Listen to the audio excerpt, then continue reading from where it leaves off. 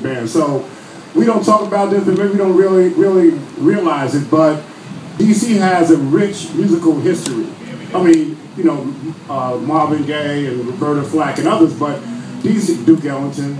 I mean, DC has a real rich musical tradition, and these bands kind of represented that. Now, I also got to say this, that the city government was kind of complicit in the recreation department had this big band, they used to call the Ambassador Band. And the Ambassador Band represented the best musicians in Washington, D.C., and everybody wanted to be in the ambassadors. But from that, these bands, these musicians started their own neighborhood bands. So whether or not it was 95th Congress, 100 Years Time, Experience Unlimited, The Shadows, all these bands kind of emanated from, you know, either the Showmobile or the Ambassadors. So there were a lot of bands here. They were playing music, right? And like you said, top songs on radio. When did the progression start to switch over to what we kind of know now as go-go? But they may not have known it then. Remember, Kim, I'm kind of throw that at you. When did it kind of switch over? And when did they know they were playing go-go? What happened? What were some of the key elements there? I know it wasn't no one thing, but what were some of the key elements to people knowing that, okay, we got something different here. We're playing something a little bit different from everybody else? I think you really have to go back to what Chuck Brown put together. I mean, it's not just Chuck Brown, because Chuck was drawing on his experience in the Pentecostal church. He was drawing on his experience as really, Chuck is really a blues and jazz guy at heart. But he put all those different elements together, the non-stop music, the particular clave beat that he heard Caribbean musicians, a lot of them hanging around Howard University playing, R&B standards. You also can't, I think, underscore the importance of Parliament Funkadelic, because the kinds of groups, the kind of performances they were doing at the Cap Center and other places at the same time, 1976, 77, 78, were very much the hallmark of what you'd find in go-go. So it really isn't one person, but in some ways it really is one person who helped put all that together. And eventually by the late 1970s, and years before, was it 1979 you said? Yeah, about that. Yeah, by then people were starting to call this whole conflagration of music and dance and community spirit under the name of go-go. So by 1979 it actually had a name, and Chuck helped put all of those elements together. Can I add, I don't want to dominate the mic, but I want to add one more thing. One event that happened that kind of catapulted go-go into being was disco. Because what happened now, we go back to these bands playing all these cover tunes, and they were, you know, and at the time, I guess, you know, you had the Earth, Wind & Fires and the wars, and so a lot of the music was socially relevant, and you know, it was happening, it was movement oriented and that kind of stuff. Then the disco came, and then people started going to these events, and they just wanted to party. So Chuck said, wait a minute, I got to make a switch. And, you know, because the DJs started getting work.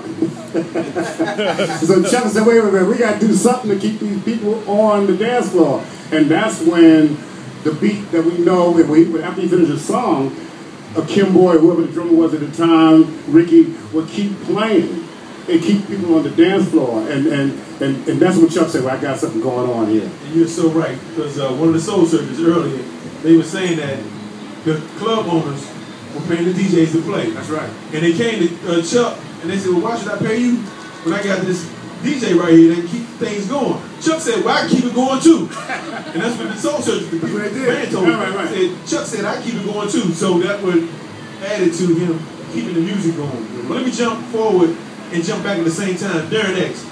This young man right here, I know for sure, has studied go-go music. He's one of the few people who studied it before he got into it.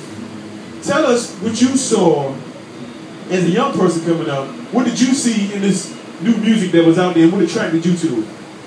I think for me, I think I was first touched about go-go when I heard E-flat Boogie on the radio. That was like 79. Yeah. And from there, we would emulate. Well, we couldn't. I wasn't old enough to go to the go-go's, but the only thing I would see on TV would be those bands like Confunction and Power and those type bands, and we would try to emulate those as young kids, because that's all we had to look up to. When we heard go-go, we never saw it. I think when I was touched early in go-go when I was in 6th grade, my first day of school. Chuck Brown walked in with his oldest son, Chuck Jr. And he sat right next to me, and we were friends all the way up there. No, this was actually out when Chuck moved out. I guess when he got money, he moved out to Maryland. And we all went to the same school. And Charlie Jr., Chuck's son, we stayed friends all the way up to through high school. And he passed away in a motorcycle accident. And one of the things I remember him hearing the Soul Searchers talk was those band rehearsals. And I didn't know Chuck as Chuck Brown. I knew him as my friend's father who played music. So whenever we would go over his house, it was just nothing but band equipment around. So we would just get on it and bang on it, and Chuck would yell like, "Get off those drums! Put that keyboard on! Get off my pool table!" All that. So, and then from there, I had relatives that lived in Southeast, and it was a big Valley Green day. And I went around the Valley Green, and my cousin was setting up the equipment for EU, Experience Unlimited. It wasn't EU back then; it was still Experience Unlimited. And a friend of mine named Radar, who ran the sound for them, asked me that I want to help out. I was about 14 or 15 years old, and Sugar Bear said, "Plug my bass up." I didn't know what I was doing. I ended up plugging it up wrong, but then he kept me on. That's how I got into go-go. Actually, Sugar Bear gave me my first job in go-go, and that's maybe like '83. And I watched that history from the outside, even from the inside, from the inside. I mean, I watched them make up music. I watched them switch band members.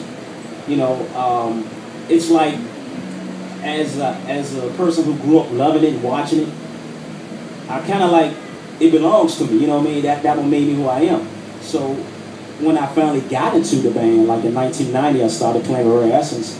I stayed for 12 years, and I met Benny, I met Funk, all these guys I grew up with, and the fact that I knew the history and I understood the struggle, and I understood how the music became what it was, because a lot of times what they would say, things would get made up on stage, and they would go to practice and tighten it up and then come to the shows. I witnessed all of that. I watched body moves be recorded. I mean, I watched a lot of history from the inside out, even though I was never a band member, and that's how I studied it, and that's how I ended up being a part of it.